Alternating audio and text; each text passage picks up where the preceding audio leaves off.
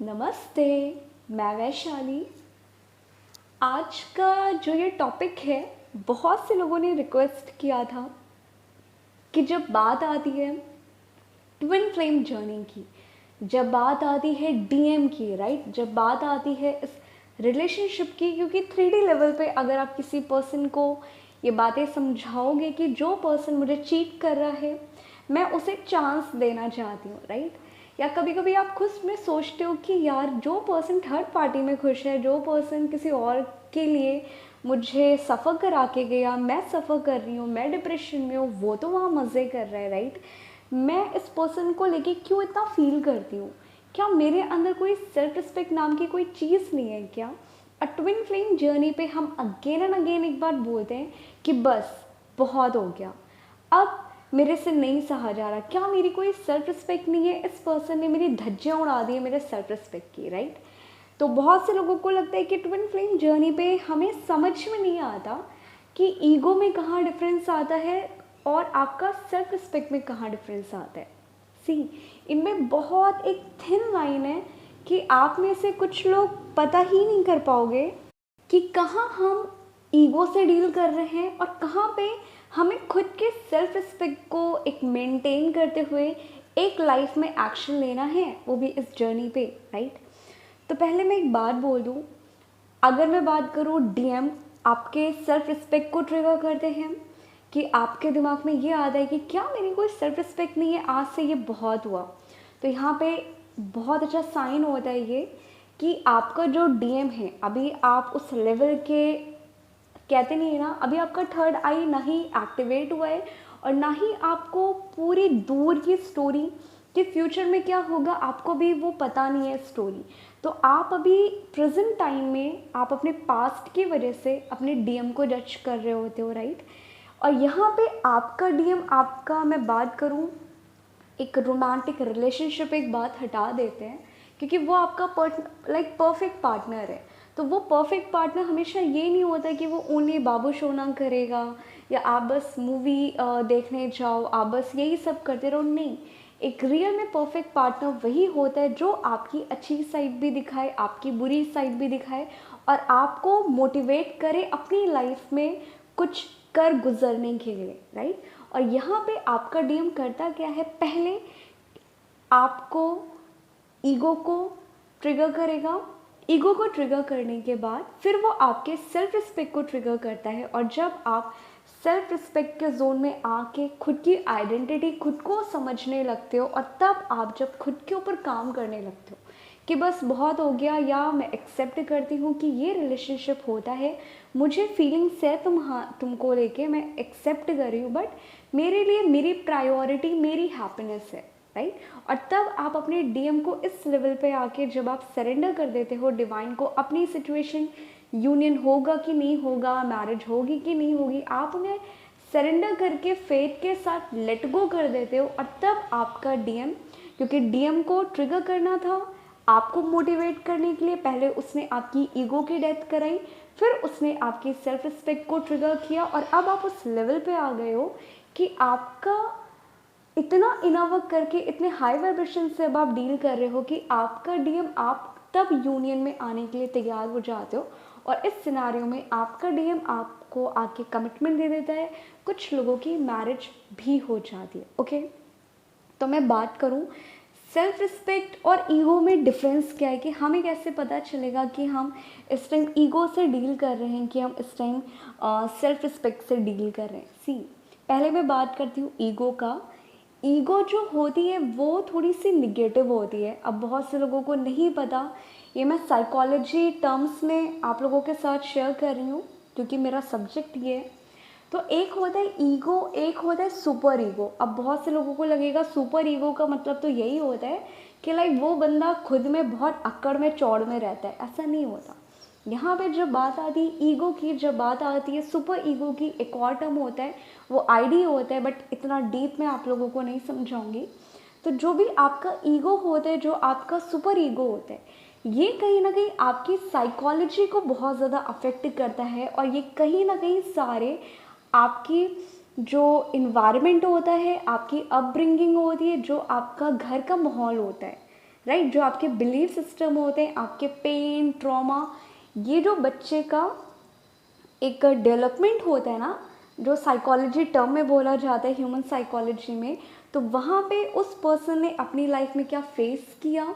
या वो person emotions को लेके, फीलिंग्स को लेके कैसे डील करता है। अब वहीं पे कुछ लोग बारिश को देख के बहुत ज़्यादा खुश हो जाते हैं कि वाह यार बारिश हो रही है, इस टाइम तो चाय पीने का मज़ा अलग है, लाइक रोड पे निकल के वॉक करने का मज़ा ही अलग है। वहीं पे कुछ लोगों का आप माइंडसेट देखोगे कि बारिश में उनको याद आता है कि यार कितना कीचड़ हो जाएगा, कहीं गाड़ियाँ नहीं मिलेगी, पूरे एरिया एकदम गंदगी हो जाएगी, राइट। तो सेम पर्सन है और बारिश भी सेम है, बट यहाँ पे आप जब उन लोगों की पर्सनल माइंडसेट रीड करोगे तो दोनों का माइंडसेट सेम टॉपिक को लेके डिफरेंट है। तो ईगो और आती है जहाँ पे बात सुपर ईगो की, देन यहाँ पे डीएम के उनके पेरेंट्स की कंडीशनिंग, जो उन्होंने अपने बचपन में अपने माहौल में देखा, जो फीलिंग से वो भागते हैं या किसी फीलिंग को वो कैसे एक्सप्रेस करते हैं, ये एक टर्म आता है ट्विन फ्लेम जर्नी पे, ego and super ego, right. और ये कहीं ना कहीं ब्लॉकेज होता है एक डीएफ का भी, एक डीएम का भी, और एक इसे हील होना ज़रूरी होता है। इसीलिए जब आप रिलेशनशिप को एनालाइज करोगे अपने, जब आपका बबल फेस चल रहा होगा, कि आपका डीएम, क्योंकि बहुत से लोग कहते हो कि ट्विन फ्लेम जर्नी पे कार्मिक भी तो ऑन एंड ऑफ करता है, ट्विन भी तो ऑन एंड ऑफ करता है, इनमें डिफरेंस क्या है? इसमें डिफरेंस ओनली एंड ओनली हमारी एनर्जी लेवल पे डिफरेंस पता चलता है। अदरवाइज आपका ट्विन भी आपको कमिटमेंट नहीं देता, क्योंकि वो कहीं ना कहीं ट्रॉमा से डील कर रहा होता है। आपका कार्मिक भी आपको कमिटमेंट नहीं देता, बट फ़र्क इतना आता है कि कार्मिक जब आपको कमिटमेंट नहीं देता, आपकी बॉडी पूरी ड्रेन हो जाती है, आप डिप्रेशन से डील करते हो, आपका लुक्स चला जाता है और आप इस पर्सन से भागने की कोशिश करते हो कि कैसे भी चीज़ें निकल जाए, आप सेम सर्कल में घूम रहे हो। तो बट वहीं पे जब आपका ट्विन आपको कमिटमेंट नहीं देता अपने ईगो के चक्कर में, राइट, वो उसके खुद के ब्लॉकेजेस होते हैं, तो आप सेम, वो आपको कमिटमेंट नहीं देगा, ऑन एंड ऑफ चलता रहेगा, बट यहाँ पे आप एनर्जी लेवल पे उसे अनकंडीशनल लव, कभी आप उससे बुरा बोलते ही नहीं हो, इवन आप बहुत ज़्यादा बैलेंस फील करते हो कि यार ये पर्सन, ये कनेक्शन अलग है, मैं अभी भी, ये पर्सन मुझे बोल तो रहा है कि कमिटमेंट नहीं देना है मुझे, हमारा कोई फ्यूचर नहीं है, बट आप सोल लेवल पे अगेन एंड अगेन बोलते रहते हो यार जो ये बोल रहा है और जो मैं फील कर रही हूँ, मुझे पता है कि ये हमारे रिलेशनशिप का कहीं ना कहीं एंड नहीं है। ये होता है आपका ट्विन फ्लेम जर्नी, ओके।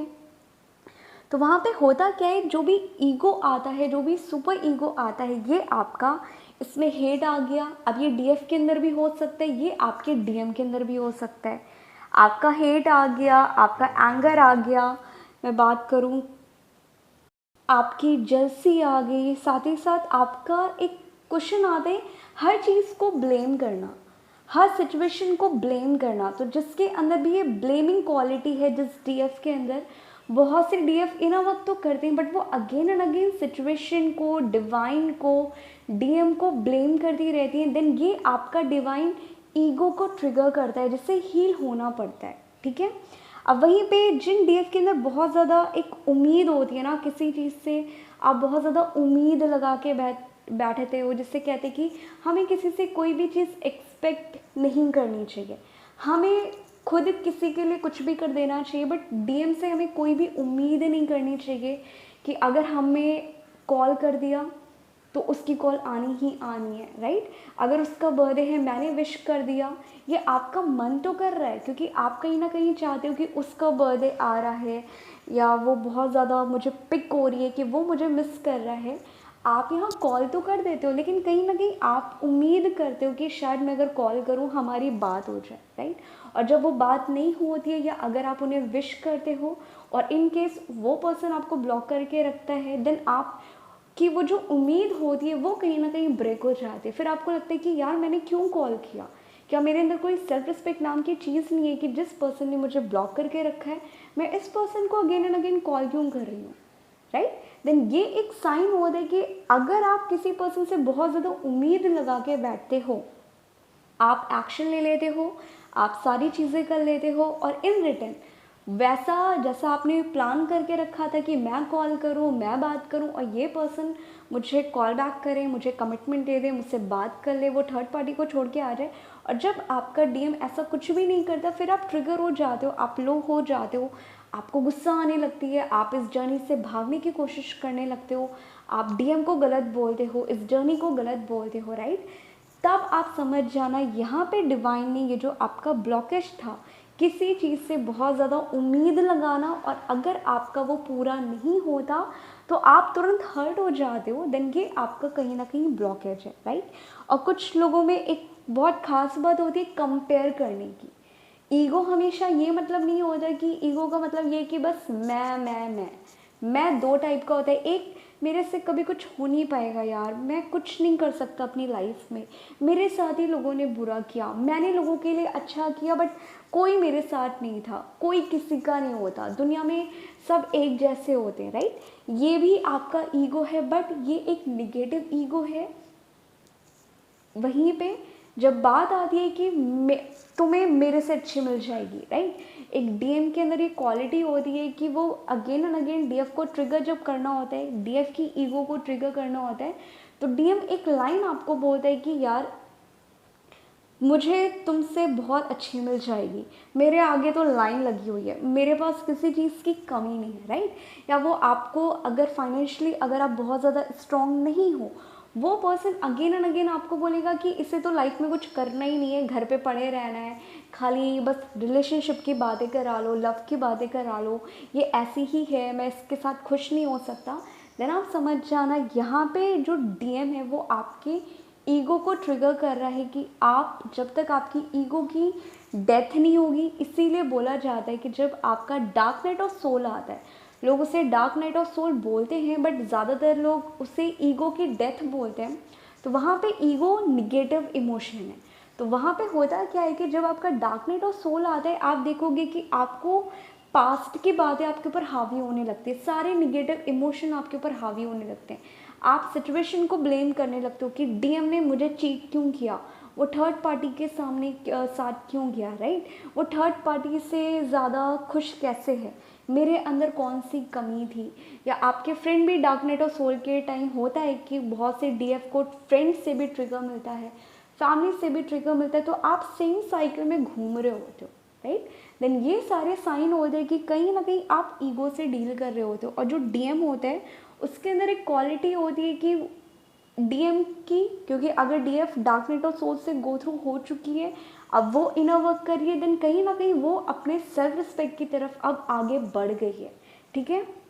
तो जब डीएफ सेल्फ रिस्पेक्ट के चक्कर में आके अपनी लाइफ में एक्शन लेने लगती है, तो वहाँ पे डीएम का डार्क नाइट ऑफ सोल आता है, जिससे हम कहते हैं कि डीएम की ईगो की डेथ होना। तो अभी तक जो डीएम के अंदर बहुत ज़्यादा कंट्रोलिंग पावर था कि कुछ डीएम साइलेंट हो जाते हैं, अगर उन्हें कुछ समझ में नहीं आता वो आपको आंसर नहीं दे पाएंगे, या अगर आप उनसे अगेन एंड अगेन क्वेश्चन बहुत ज़्यादा पूछने लगोगे वो कुछ आंसर नहीं देंगे, या तो वो ब्लॉक करके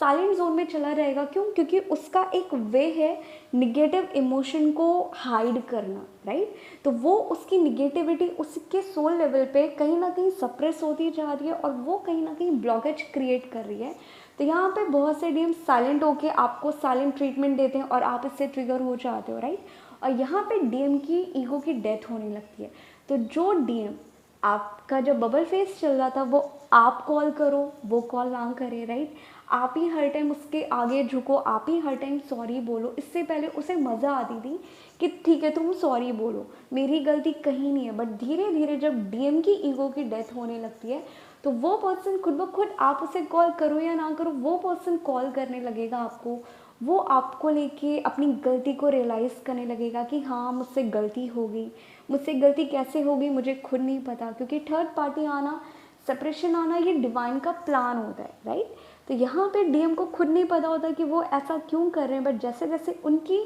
ईगो की डेथ आने लगेगी वो पर्सन आपको सॉरी बोलने लगेगा, वो पर्सन अगेन एंड अगेन आपको आके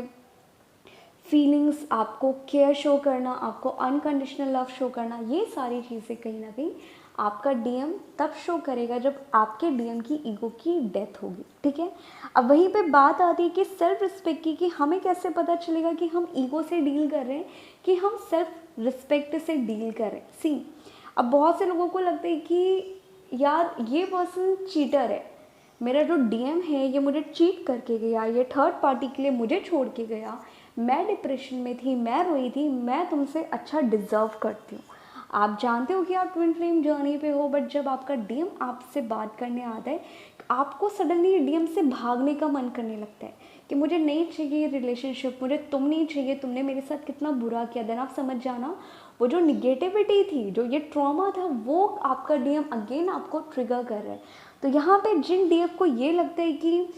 वो पर्सन तो चीटर था यार, उसने मुझे चीट किया, मैं किसी चीटर को एक्सेप्ट नहीं कर सकती, मैं किसी चीटर को चांस नहीं दे सकती, ये कॉल करेगा, अब बेटा तू कॉल करता रहे, मैं तुम्हारी कॉल पिक ही नहीं करूँगी, राइट। अभी तक तुम मुझे ब्लॉक कर रहे थे, बट अब मैं तुम्हें ब्लॉक करूँगी, अब मैं तुम्हें बताऊँगी कि पेन क्या होता है, राइट। देन ये सारी चीज़ें कहीं ना कहीं ये भी एक साइन होता है कि यहाँ पे आप एक डीएफ ट्विन फ्लेम जर्नी के बारे में आपको पता तो है, बट कहीं ना कहीं आप अभी भी ईगो से डील कर रहे हो, जिसकी वजह से जब आपका डीएम का कॉल आता है आप उसे इग्नोर करना शुरू कर देते हो कि अच्छा बेटा तुम अब 10 बार कॉल करो तब मैं एक बार कॉल उठाऊंगी। ये कहीं ना कहीं आपका ईगो बोल रहा है, ना कि आपका सेल्फ रिस्पेक्ट बोल रहा है। अब वहीं पे सेल्फ रिस्पेक्ट एग्जैक्टली है क्या? जैसे मैं लोगों को बहुत जल्दी माफ़ कर देती हूँ। अगर मुझसे लड़ाई हुई, झगड़ा हुआ, 1 घंटा मुझे बुरा लगेगा, फिर मैं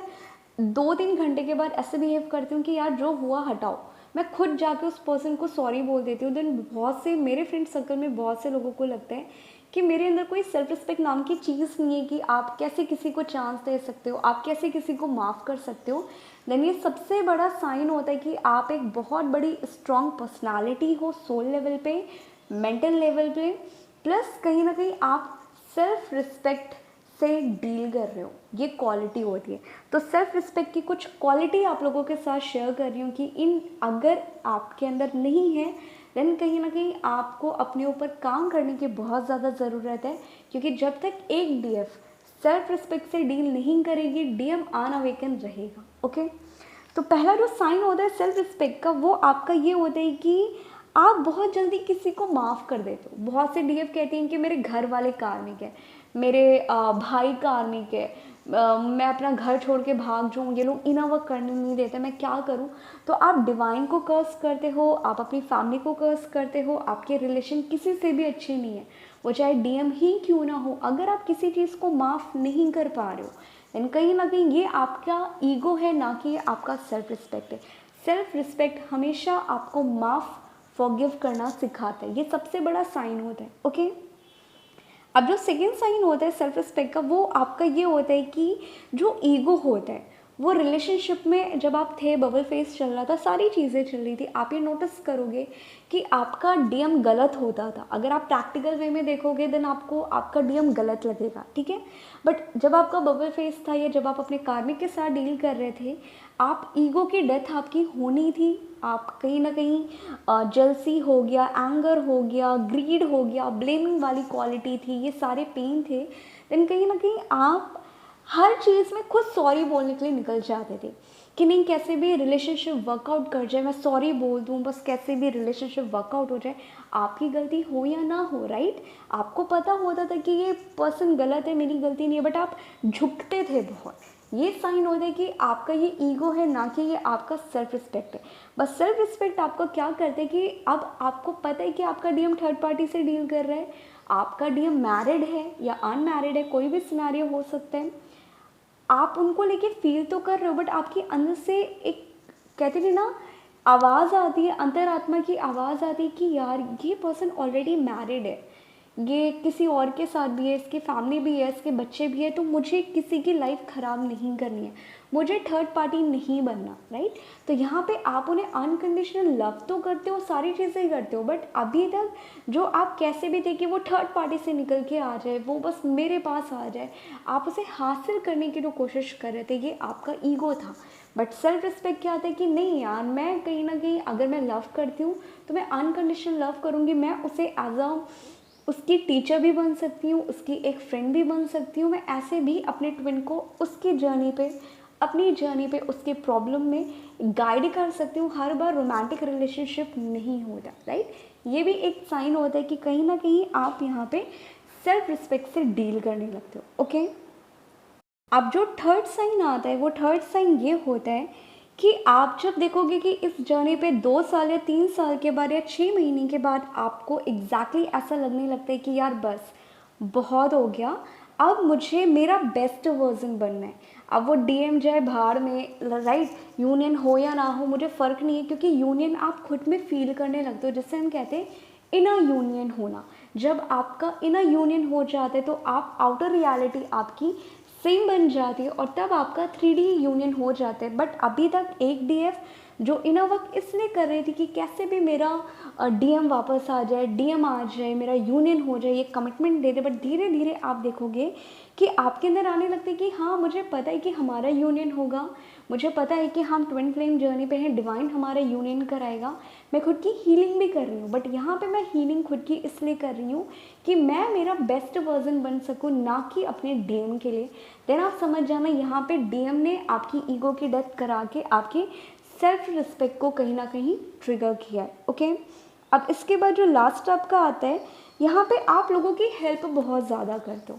बहुत से आपने नोटिस किया होगा कि आपका डीएम 2 महीने के बाद आता है, 6 महीने के बाद आता है, वो प्रॉब्लम में होता है, कुछ भी होता है, आप उनकी हेल्प करने लगते हो। आप उनकी कॉल पे बात करके उनकी प्रॉब्लम सुनते हो, फिर आप पूरी तरीके से कहीं ना कहीं उनको गाइड करते हो कि आपको क्या करना चाहिए, राइट। और ये एनर्जी लेके आपका डीएम अगेन आपको ब्लॉक करके रन करके चला जाता है, राइट, क्योंकि उससे कहीं ना कहीं आपको इनर वर्क करवाना है कि तुम्हें अभी बहुत हाई वाइब्रेशन पे रहना है। फिर आप लो एनर्जी पे चले जाते हो, फिर आप कहते हो कि यार मैंने इसकी हेल्प क्यों की, आया था ना, ये सफ़र करे वही सही है कि इसको अपना कर्मा तो भुगतना ही भुगतना है। देन कहीं ना कहीं ये आपका ईगो होता है। बट वहीं पे सेल्फ रिस्पेक्ट क्या होगा कि कोई पर्सन आपके साथ जितना भी बुरा कर दे, आप उस पर्सन को बोलोगे कि ठीक है मैं हूँ तुम्हारे लिए हेल्प करने के लिए, राइट। ये सारे साइन होते कि आप कहीं ना कहीं सेल्फ रिस्पेक्ट से डील कर रहे हो, ना कि ईगो से, ओके। एंड आई होप आप में से बहुत से लोगों को अब डाउट क्लियर हो जाए कि ईगो में हम कहाँ डील करते हैं और हम सेल्फ रिस्पेक्ट में कहाँ डील करते हैं। तो अगर आपके डीएम की कॉल आती है 6 महीने के बाद, 3 महीने के बाद, और आप उन्हें ब्लेम करते हो, आप रिवेंज वाली एनर्जी पे चले जाते हो कि तुम्हें तो डिवाइन बताएगा, तुम्हारे साथ तो बुरा होना ही था, राइट। ये सारी चीज़ें एक निगेटिव इमोशन होते हैं और इसीलिए हम बोलते हैं कि ट्विन फ्लेम जर्नी पे हमें इतने हाई वाइब्रेशन पे जाना है। हम अपने आगे डिवाइन मैस्कुलिन, डिवाइन फेमिनिन इसलिए लगाते हैं कि हमारे अंदर डिवाइन की क्वालिटी आने लगती है। और डिवाइन की क्वालिटी क्या होती है कि वो चोर की भी हेल्प करते हैं डिवाइन, और डिवाइन कोई किसी का खून भी करता हो तो डिवाइन ये नहीं कहेगा कि तुम खून करते हो तो तुम मेरे मंदिर पे कैसे आ गए, नहीं। डिवाइन सबको एक नज़र से देखता है, उनको उनके कर्मा के लेसन ज़रूर सिखाता है, लेकिन डिवाइन उनकी भी फैमिली की भी सुनता है जो चोर होते हैं, और डिवाइन उनकी भी सुनता है जो सोशल वर्क भी करते हैं, राइट। एंड आई होप आप में से बहुत से लोगों को क्लैरिटी मिले कि सेल्फ रिस्पेक्ट और ईगो में डिफरेंस क्या है, ओके।